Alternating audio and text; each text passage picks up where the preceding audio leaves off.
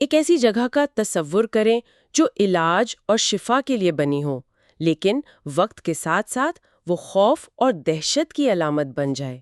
کیا ہوتا ہے جب ایک مینٹل اسائلم کی دیواریں چیخوں کو اپنے اندر جذب کر لیتی ہیں؟ اور وہ چیخیں خاموش ہونے سے انکار کر دیں۔ وقت گزرنے کے باوجود وہ اس جگہ کی بنیادوں میں گونجتی رہتی ہیں، ایک یاد دہانی کے طور پر کہ وہاں کیا ہوا تھا۔ آج ہمارے پاس جو مواد ہے اس کا عنوان ہے کمرہ نمبر 17 کا راز۔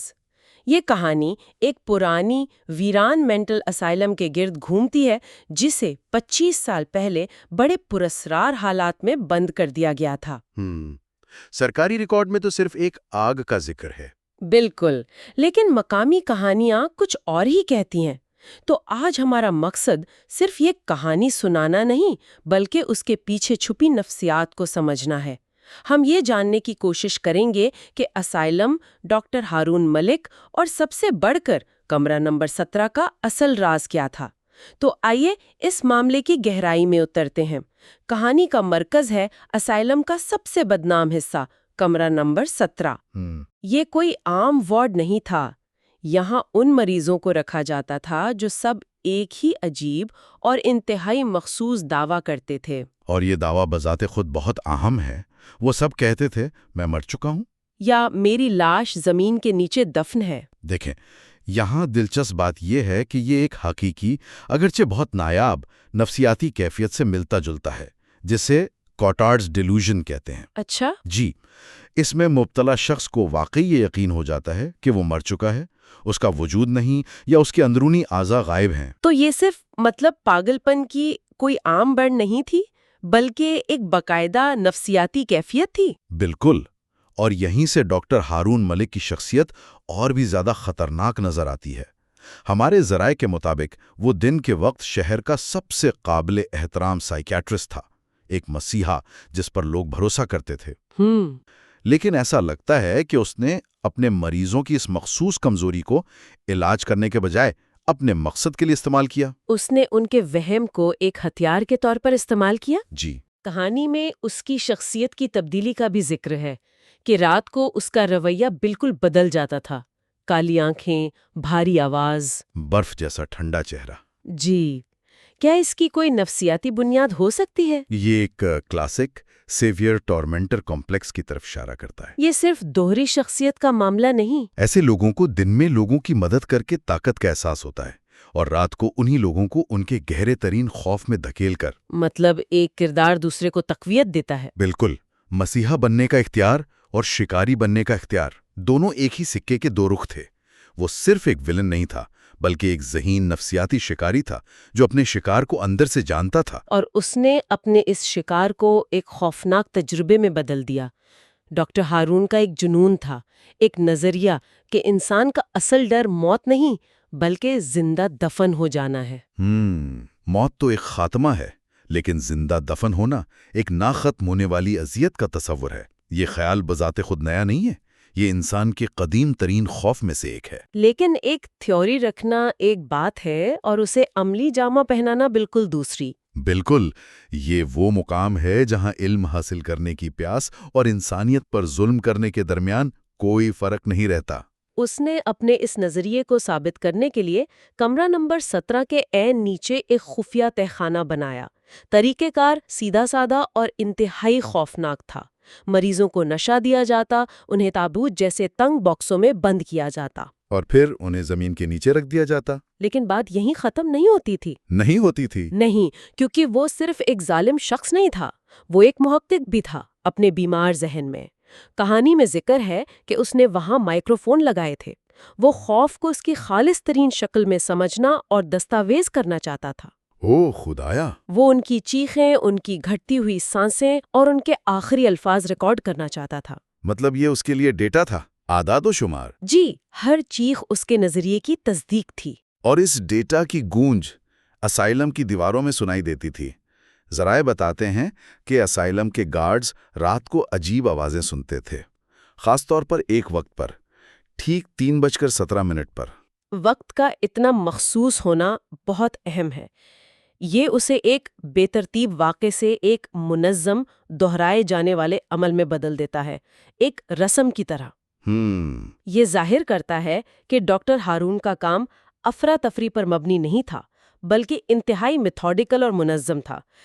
3.17 شاید اس کے تجربے کا کوئی خاص لمحہ تھا، شاید جب نشے کا اثر کم ہوتا ہو یا جب خوف اپنی انتہا پر ہوتا ہو۔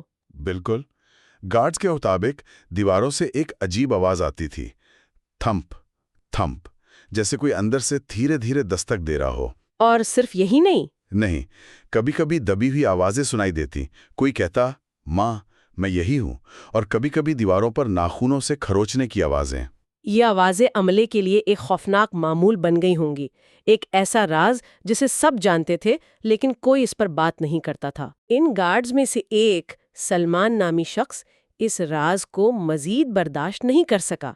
وہ جاننا چاہتا تھا کہ ان آوازوں کے پیچھے آخر ہے کیا۔ تو اس نے کمرہ نمبر 17 کے باہر ایک کیمرہ نصب کر دیا، اسے رات بھر ریکارڈنگ پر چھوڑ دیا، یہ امید کرتے ہوئے کہ صبح اسے کوئی جواب ملے گا۔ یہ تجسس کا وہ لمحہ ہے جو اکثر ایسی کہانیوں میں سچائی کو سامنے لاتا ہے، لیکن اکثر اس کی قیمت بہت بھاری ہوتی ہے۔ اگلی صبح سلمان کو کیمرہ تو مل گیا، لیکن اس کی ریکارڈنگ غائب تھی۔ مکمل طور پر خالی، جی، سوائے ایک فریم کے، صرف ایک تصویر جو کسی طرح بچ گئی تھی، اور اس تصویر نے سب کچھ بدل دیا۔ اس میں کمرہ نمبر 17 کا دروازہ نظر آ رہا تھا، جس پر اندر سے دستک ہو رہی تھی۔ بالکل۔ یہ تفصیل، یہ اس پوری کہانی کا محور ہے۔ اگر ان اسے بڑے تناظر میں دیکھیں تو دستک باہر سے نہیں، اندر سے تھی۔ اس ایک فریم نے پوری کہانی کو بھوت پریت کے دائرے سے نکال کر حقیقی دنیا کی دہشت میں لا کھڑا کیا۔ یعنی یہ کوئی روح یا سایہ نہیں تھا۔ نہیں، یہ زندہ ہوش و حواس میں قید لوگوں کی مدد کی پکار تھی۔ وہ وہاں تھے، زندہ تھے، اور باہر نکلنے کی التجا کر رہے تھے۔ اور پھر اس واقعے کے کچھ عرصے بعد ایک رات اسائلم میں آگ لگ گئی، افراتفری مچ گئی۔ ذرائع کے مطابق عملہ اپنی جان بچا کر بھاگ گیا۔ اور جب فائر بریگیڈ پہنچی تو عمارت جل کر راکھ ہو چکی تھی۔ جی، ابتدائی رپورٹ میں کہا گیا کوئی زندہ نہیں ملا، کیس بند کر دیا گیا۔ ایک آسان نتیجہ، ایک ایسا سچ جو سب کو قبول کرنے میں آسانی ہو۔ آگ لگی، سب مر گئے، کہانی ختم۔ لیکن ظاہر ہے کہانی یہاں ختم نہیں ہوئی۔ بالکل نہیں۔ جب ملبہ ہٹانے کے لیے زمین کھودی گئی تو وہ تہخانہ سامنے آ گیا، اور اس کے اندر انہیں 17 لاشیں ملی۔ 17؟ کمرہ نمبر 17؟ جی، ذرائع میں جو تفصیلات دی گئی ہیں وہ رونگٹے کھڑے کر دینے والی ہیں۔ سب کے ناخن ٹوٹے ہوئے تھے، لکڑی کے بکسوں کو کھرچنے کی وجہ سے۔ سب کے منہ کھلے ہوئے تھے، جیسے وہ آخری سانس تک چیخ رہے ہوں۔ اور سب سے پریشان کن بات، ان سب کی آنکھیں سیدھا اوپر کی طرف دیکھ رہی تھیں، جیسے وہ اب بھی کچھ سن رہی ہوں یا کسی کے آنے کا انتظار کر رہی ہوں۔ یہ ڈاکٹر ہارون کے تجربات کا ناقابل تردید ثبوت تھا۔ یہ اس بات کا ثبوت تھا کہ اس کی تھیوری ہولناک حد تک کامیاب رہی تھی۔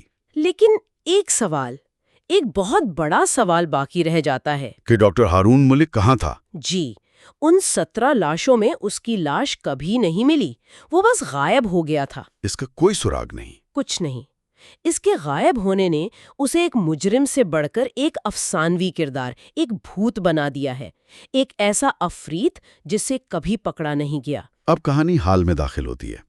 25 سال گزر چکے ہیں۔ اس ویران جگہ پر اب ایک جدید ہوٹل کھڑا ہے، لیکن ماضی کی پرچھائیاں بھی باقی ہیں۔ ہوٹل کی انتظامیہ نے ایک عجیب فیصلہ کیا ہے، وہاں کمرہ نمبر 17 موجود نہیں ہے۔ اچھا؟ جی، نمبروں کی ترتیب میں 16 کے بعد سیدھا 18 آتا ہے۔ یہ بذات خود ایک خاموش اعتراف ہے۔ مطلب یہ اس بات کا اشارہ ہے کہ وہ اس جگہ کی تاریخ سے واقف ہیں اور اسے دبانے کی کوشش کر رہے ہیں۔ لیکن کچھ کہانیاں دبانے سے ختم نہیں ہوتیں بلکہ اور زیادہ طاقتور ہو جاتی ہیں۔ اور یہ بات ہوٹل میں ٹھہرنے والے مہمانوں کے آن لائن ریویو سے ثابت ہوتی ہے۔ ذرائع ان میں سے کچھ کا ذکر کرتے ہیں اور وہ سب حیرت انگیز طور پر ایک جیسی ہیں۔ ایک مہمان لکھتا ہے، رات ٹھیک 3:17 پر بیڈ کے نیچے سے کسی کے سانس لینے کی آواز آتی ہے۔ وہی وقت 3:17۔ ایک اور لکھتا ہے، جب میں باتھ روم کے آئینے میں دیکھ رہا تھا تو مجھے ایک لمحے کے لیے اپنے پیچھے کوئی کھڑا نظر آیا۔ اور کئی لوگ شکایت کرتے ہیں کہ لفٹ بغیر کسی وجہ کے خود بخود 17ویں منزل پر رک جاتی ہے۔ جبکہ ہوٹل میں 17ویں منزل کا کوئی بٹن ہی نہیں ہے۔ بالکل۔ یہاں ایک بہت دلچسپ نفسیاتی تصور سامنے آتا ہے جسے پلیس میموری یا ریزیڈیول ہانٹنگ کہا جاتا ہے۔ اس کا کیا مطلب ہے؟ اس کا مطلب یہ نہیں کہ وہاں واقعی بھوت ہیں، اس کا مطلب ہے کہ کسی جگہ پر ہونے والے شدید واقعات، خاص طور پر شدید خوف اور اذیت، ایک طرح کا جذباتی نشان چھوڑ جاتے ہیں۔ اس ہوٹل کی کہانی اتنی طاقتور ہے کہ وہاں جانے والے لوگ پہلے سے ہی کچھ غیر معمولی تجربہ کرنے کے لیے تیار ہوتے ہیں۔ ان کا دماغ خود بخود خالی جگہوں کو پر کرتا ہے۔ تو اس کا مطلب ہے کہ یہ سب لوگوں کے ذہن کا کھیل ہے، یہ صرف کہانی کا اثر ہے؟ زیادہ تر واقعات کی وضاحت اس سے ہو سکتی ہے۔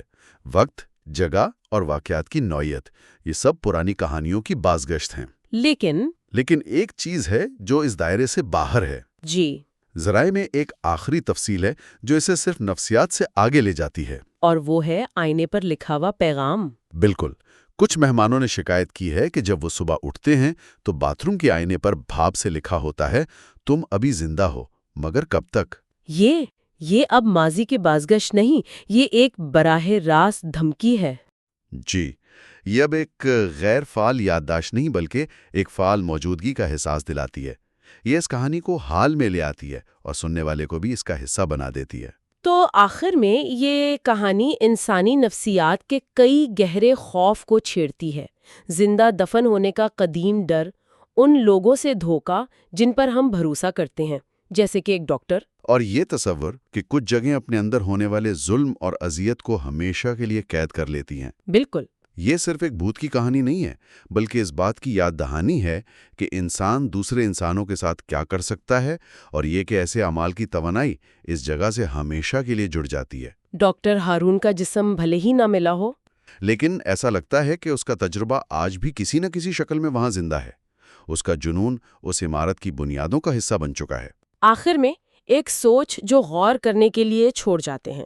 ذرائع کے مطابق ایک آخری بات کہی گئی ہے جو اس پوری کہانی کا نچوڑ بیان کرتی ہے، اور یہ ایک انتباہ کی طرح ہے۔ ایک ایسا انتباہ جو اس کہانی کو صرف ایک کہانی نہیں رہنے دیتا۔ بالکل۔